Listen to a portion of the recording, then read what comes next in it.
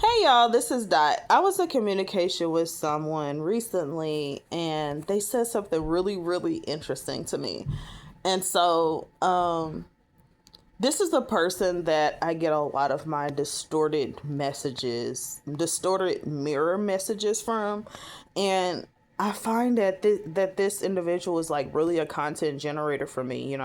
And also they allow me to really think, like, for instance, like, I know as what they're saying or whatever comes out of their mouth, I know immediately that it's off, it's skewed, it's whatever. um so it doesn't even work as a gaslighting technique, but instead I like to use that, as whatever they said is like a point of like self-reflection. And then as I self-reflect, I like to pull out the truth within myself and hold it up to, what was said, you know, and like really examine that stuff. Because, first of all, I'm not a dismissive person, but I know that this person has consistently, I've noticed a pattern that this person just consistently gives me distorted mirror messages and stuff like that. And so I'm using these messages as a way to pull out the truth within myself and then just allow me to, and as a result, this really allows me to like fall in love with myself and like really see how far I've come in my self development. Because sometimes it's so easy for us to just live life, do all this healing work, emotionally, mentally, spiritually, and like I like to say, all of the leaves.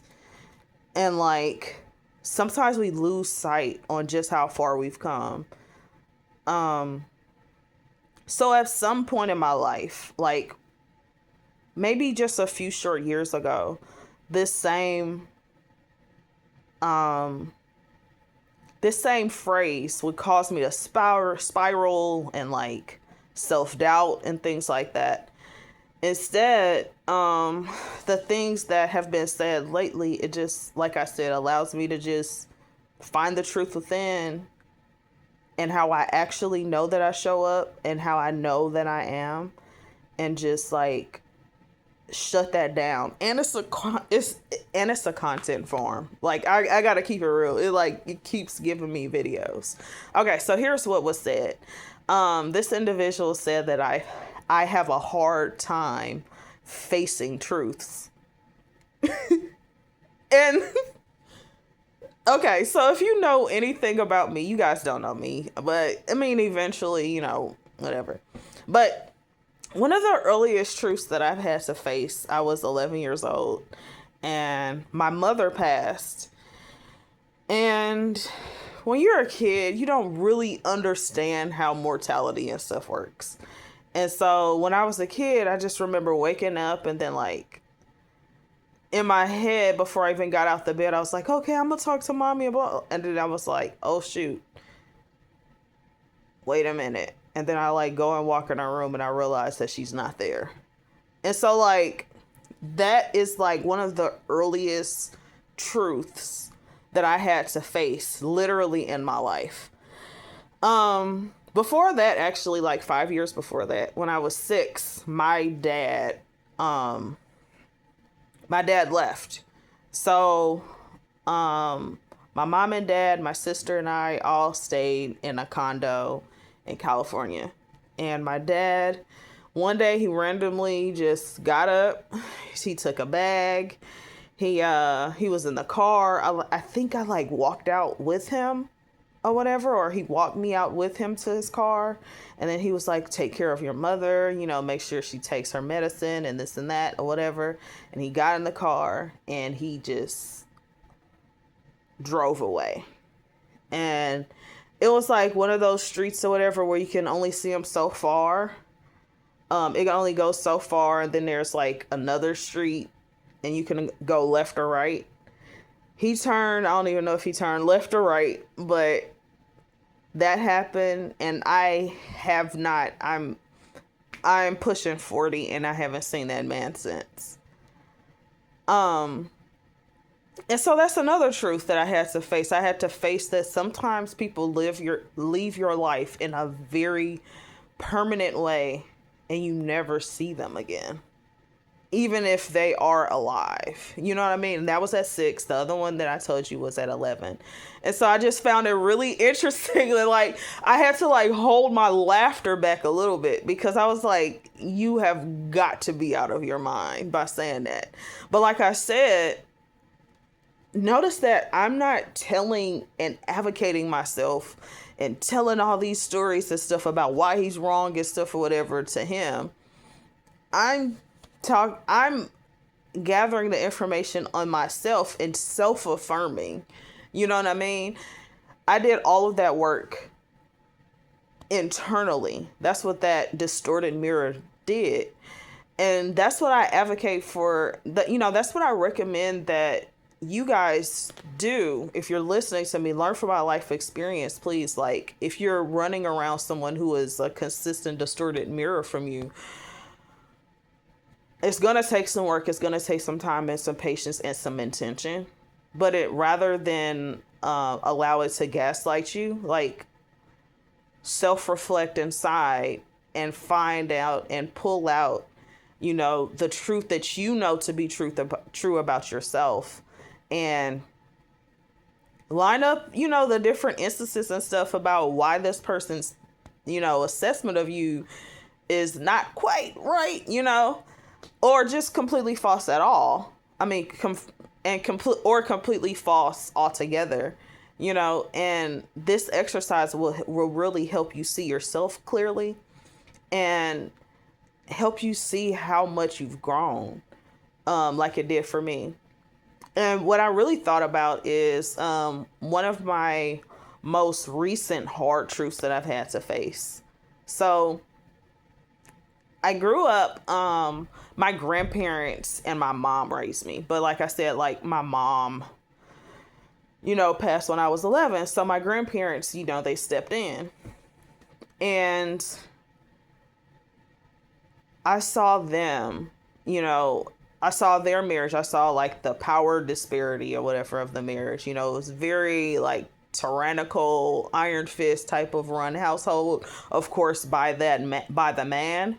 And I like looked at their connection. I was like, ooh, I don't want a marriage like that. I don't want to like have no say in the household, and I'm a fully grown adult. Like, because in my head, I'm looking at them through a lens of them both being adults. And I'm like, well, why does one adult have all the say, all of the agency, all of the control of the resources, the flow of the house, etc., etc., and one person is just completely steamrolled and into the ground or whatever, like one of those machines or whatever that go over concrete or something, but they're stuck in the way, so they get steamrolled over and they get smashed into the concrete too. Like why does the marriage look like this? Why is it like this?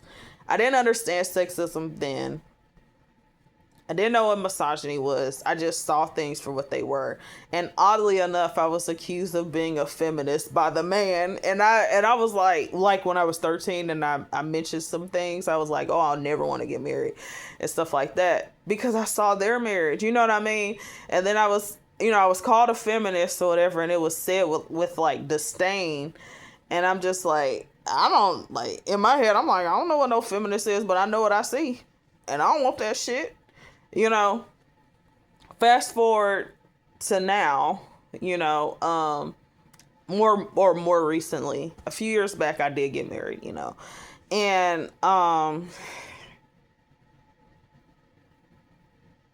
I had to face the very hard truth after seeing people who have been together for like 50 years, that even if you literally put your all into a certain situation, it's still like cannot, like, there's still a possibility that it won't work out. And I had to face the fact that even though I really wanted my first marriage to be my only marriage and things like that, and I really put my all into communicating, being open, being vulnerable, especially heavily on the communication and just saying things and like in tones and saying things in ways that curtail people's egos and emotions and all that kind of stuff or whatever, and then doing the opposite of that, and then doing something in between that, and then like it never resolving, you know and I'm just like, man, this conflict is really just never gonna go away. We're never gonna resolve anything, and I have to face the hard truth that, hey, my marriage is over.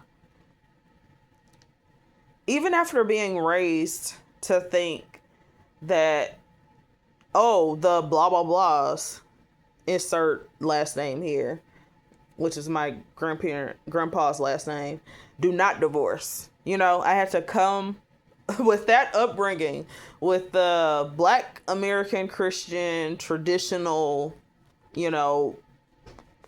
conservative leaning views. I have to go from that to facing the fact that, hey, my marriage has ended. And so I'm just like, I had to face all of these truths. Sorry, I had to pause the video for a second. And so I'm giving these 3 examples because they are extremely hard truths, right? Like, anybody would be like, oh, dang, these are kind of hard too. That's hard as hell, especially, dealing with it, so young. And so in between, obviously, between me being 5 and like pushing 40, I've had to face a series of truths head on. And so I was just like, man, this really allowed me to see how far I've come, and just like, I feel more confident because I'm just like, wow, I really did not allow something that someone said to break me. Instead, I saw the bullshit for what it was immediately. And I was just like, actually, that's my strength that he's talking about. Oh my God, I have the strength of being able to face hard truths.